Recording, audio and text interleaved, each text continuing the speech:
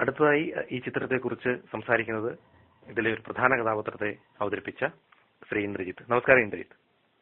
നമസ്കാരം.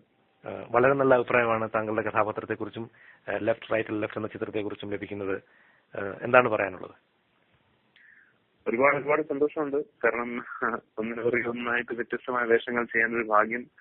മാത്രമല്ല, റിവ്യൂസ് വെച്ച് നോക്കുമ്പോൾ എനിക്ക് തോന്നുന്ന കരിയർ ബെസ്റ്റ് പെർഫോമൻസ് ആണെന്നാണ് പല ഓൺലൈൻ റിവ്യൂസും അതുപോലെ നേരിട്ട് വിളിച്ച് പറയുന്നവരും ഒക്കെ പറയുന്നത്. അപ്പോൾ അങ്ങനെയുള്ള നല്ല നല്ല കഥാപാത്രങ്ങൾ ഒന്നിനു പുറകെ ഒന്നായിട്ട് ചെയ്യാൻ സാധിക്കുന്നത് വലിയൊരു ഭാഗ്യം. പിന്നെ കഴിഞ്ഞ വർഷത്തെ ഏറ്റവും മികച്ച ചിത്രങ്ങളൊന്നായിരുന്നു ഈ അടുത്ത കാലത്ത്. അപ്പൊ അത് കഴിഞ്ഞ് അതേ ടീം വീണ്ടും ഒന്നിക്കുമ്പോൾ പ്രതീക്ഷകൾ മാനം മുട്ടയായിരുന്നു. പക്ഷെ അതിന്റെ മുകളിൽ ഞങ്ങൾക്ക് വരാൻ സാധിച്ചു എന്നുള്ളതാണ് ഏറ്റവും വലിയൊരു ദൈവാധീനവും ഭാഗ്യമായിട്ട് ഞാൻ കാണുന്നത്. അപ്പോൾ definitely I am very very happy. ഈ ചിത്രത്തിലെ കഥാപാത്രം ഒരു നടൻ എന്ന നിലയ്ക്ക് എത്രത്തോളം താങ്കൾക്ക് വെല്ലുവിളി ഉയർത്തി? വളരെ എനിക്ക് തോന്നുന്നില്ല എനിക്ക് ഇതിനു മുമ്പ് ഇത്രയും ഇന്റൻസ് ആയിട്ടുള്ള ഒരു കഥാപാത്രം ഞാൻ പോർട്രേ ചെയ്തിട്ടുണ്ടോ എന്ന്. കാരണം വേറൊന്നുമല്ല, ഈ ഒരു ക്യാരക്ടറിനെ ഒരു വൺ ലൈനിൽ പറയുകയാണെങ്കിൽ ഇപ്പം ഒരു ഡോർമൻ വോൾക്കാനോ പോലെ എന്നൊക്കെ പറയാം. കാരണം ഉള്ളിൽ ഒരുപാട് കാര്യങ്ങൾ ഒതുക്കി പിടിച്ചുകൊണ്ട്, ഉള്ളിൽ ഒരുപാട് വിഷമങ്ങൾ ഒതുക്കി പിടിച്ചുകൊണ്ട് ഒരു കുട്ടിക്കാലം മുതൽ ഈ ഒരു സിനിമയുടെ ബേസിക് തീം തന്നെ അതാണ്. കാരണം കുട്ടിക്കാലം എങ്ങനെ ഒരാളെ മോൾഡ് ചെയ്തെടുക്കുന്നു, അല്ലെങ്കിൽ how A childhood influences A man's behaviour when he is grown up എന്നുള്ളതാണ് ഈ സിനിമയിലൂടെ പറയുന്നത്. അപ്പോൾ അങ്ങനെ കുട്ടിക്കാലത്ത് ഒരുപാട് തീക്ഷ്ണമായ അനുഭവങ്ങളിലൂടെ കടന്ന് പിന്നീട് കാലങ്ങൾക്ക് ശേഷം വളരെ ടഫൻഡായി, വളരെ സീസൺഡായി, എന്നാൽ ഒരുപാട് വിഷമങ്ങൾ ഉള്ളിൽ ഒതുക്കിക്കൊണ്ട് നടക്കുന്ന ഒരു ക്യാരക്ടറാണ് ഈ വട്ടുജയൻ എന്ന് പറഞ്ഞ കഥാപാത്രം. അപ്പൊ അതുകൊണ്ട് തന്നെ ഓരോ സീനിൽ അഭിനയിക്കുമ്പോഴും ഓരോ ഡയലോഗ് പറയുമ്പോഴും അത് ഉള്ളിൽ വെച്ചുകൊണ്ട് തന്നെയാണ് അത് പെർഫോം ചെയ്തതും. അതുപോലെ കാരണം വട്ടുജയന്റെ ക്യാരക്ടർ അങ്ങനെയാണ്, വളരെ ഇമ്പൾസീവ് ആണ്. ഒന്നിനെ പറഞ്ഞാൽ അത് അടുത്തതിന് പൊട്ടിത്തെറിക്കുന്ന ഒരാളാണ്. എന്നാൽ പോലും ബേസിക്കലി ഒരു പാവമാണെന്ന് സിനിമയിൽ പറയുന്നുണ്ട്. അപ്പൊ അതുകൊണ്ട് തന്നെ ഭയങ്കരമായ ഒരു ഡയമെൻഷനുള്ള ക്യാരക്ടറായിരുന്നു അത് എല്ലാ രീതിയിലും. അതുകൊണ്ട് തന്നെ എനിക്ക് തോന്നുന്നു എന്റെ ഏറ്റവും ഇന്റൻസ് ക്യാരക്ടറിൽ ഒന്നായിട്ട് ഞാൻ ഡെഫിനറ്റ്ലി വട്ടുജയനെ ഞാൻ വിലയിരുത്തും. ഇങ്ങനെയുള്ള കഥാപാത്രങ്ങൾ എപ്പോഴും ഒരു നടനെ തേടി എത്താറില്ല. അപ്പോ ഇനിയിപ്പോ എത്ര വർഷം കഴിഞ്ഞാലും വട്ടുജയൻ എന്ന കഥാപാത്രം എനിക്കൊരു മൈൽ സ്റ്റോൺ തന്നെയായിരിക്കും. മലയാളത്തിലെ പ്രേക്ഷകർ ഇന്നും ഒരുപക്ഷെ ഏറ്റവും കൂടുതൽ ആസ്വദിക്കുന്ന, മലയാളത്തിലെ നാഴികക്കല്ലുകൾ എന്ന് തന്നെ വിശേഷിപ്പിക്കാവുന്ന പല ചിത്രങ്ങളും സൗഹൃദ കൂട്ടായ്മയിൽ നിന്നും ഉണ്ടായിട്ടുള്ളതാണെന്ന് പറഞ്ഞു കേട്ടിട്ടുണ്ട്.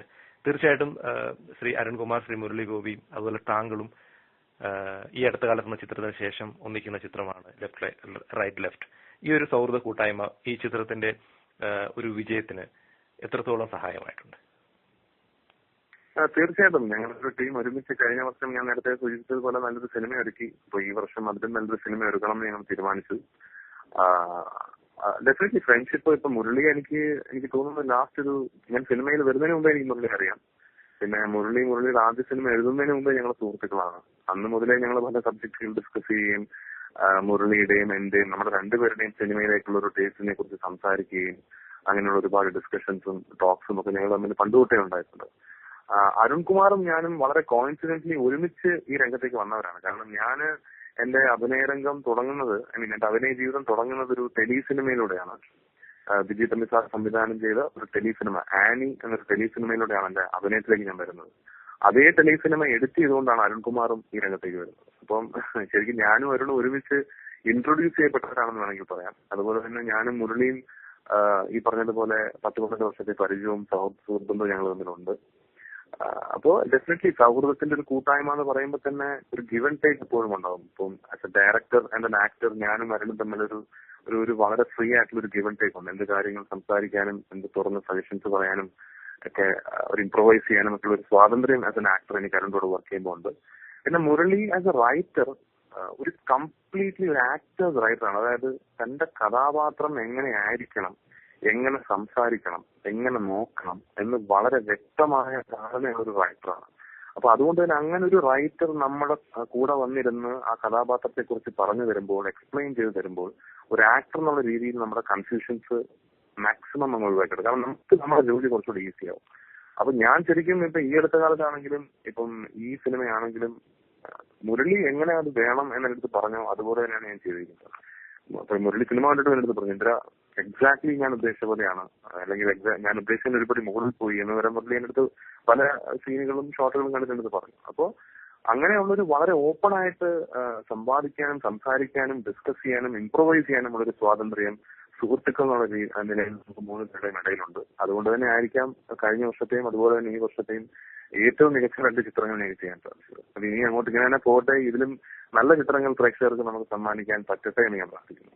എന്തൊക്കെയാണ് പുതിയ പ്രൊജക്ടുകൾ? പുതിയ പ്രോജക്റ്റുകൾ അടുത്ത് റിലീസ് ചെയ്യാൻ പോകുന്ന കുറച്ച് പടങ്ങളുണ്ട്. അതിൽ ഏറ്റവും വലിയ പടം എന്ന് വിശേഷിപ്പിക്കേണ്ടത് MT വാസുദേവൻ നായർ സാറും ഹരിഹരൻ സാറും ഒന്നിക്കുന്ന അടുത്ത സിനിമയാണ്. അതിന്റെ ഷൂട്ടിംഗ് കഴിഞ്ഞിരിക്കുകയാണ്. അത് ഓഗസ്റ്റിലാണ് റിലീസ് ചെയ്യുന്നത്. ചിത്രത്തിന്റെ പേര് 7ാമത്തെ വരവെന്നാണ്. നമുക്കെല്ലാവർക്കും അറിയാമല്ലോ, ഏതൊരു നടനെ സംബന്ധിച്ചിടത്തോളം ഏറ്റവും വലിയൊരു ഭാഗ്യമാണ് ആ ഒരു ടീമിലൂടെ വർക്ക് ചെയ്യാന്ന് പറഞ്ഞത്. തീർച്ചയായും. പഴശ്ശിരാജയ്ക്ക് ശേഷം അവർ വീണ്ടും ഒന്നിക്കുന്നു. അപ്പൊ ആ ചിത്രത്തിൽ പ്രധാന കഥാപാത്രം ഞാനാണ് കൈകാര്യം ചെയ്തിരിക്കുന്നത്. അതിന്റെ ഷൂട്ടിംഗ് കഴിഞ്ഞിരിക്കുകയാണ്. ഓഗസ്റ്റിലാണ് ആ സിനിമ റിലീസ് ചെയ്യുന്നത്. ഇത് കൂടാതെ നമ്മുടെ ചാപ്റ്റേഴ്സ് എന്ന് പറഞ്ഞ സിനിമയുടെ സംവിധായകൻ സുനിൽ ഇബ്രാഹിമിന്റെ അരികിൽ ഒരാൾ ഒരു സിനിമ ചെയ്തിട്ടുണ്ട്. പിന്നെ അൻവറിന്റെ പ്രൊഡ്യൂസറായ രാജ് സക്രിയെ നിർമ്മിച്ച് നവാഗത സംവിധായകനായ പ്രശാന്ത് മുരളി സംവിധാനം ചെയ്ത പൈസ പൈസ എന്നൊരു സിനിമ ചെയ്തിട്ടുണ്ട്. ഈ സിനിമ റിലീസാവാൻ റെഡിയായിരിക്കുകയാണ്.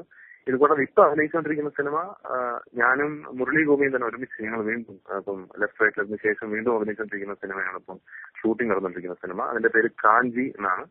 ജയമോഹൻ ചേട്ടനാണ് ഇതിന്റെ സ്ക്രിപ്റ്റ് എഴുതിയിരിക്കുന്നത്. ഒഴിമുറി ഒക്കെ എഴുതിയ ജയമോഹൻ ചേട്ടനാണ്. കൃഷ്ണകുമാറാണ് ഈ സിനിമ സംവിധാനം ചെയ്യുന്നത്. അങ്ങനെ കുറച്ചധികം പ്രോജക്റ്റുകൾ റിലീസ് ആവാനിരിക്കുന്നു. കുറച്ച് പ്രോജക്റ്റുകൾ ഷൂട്ടിംഗ് നടക്കുന്നു.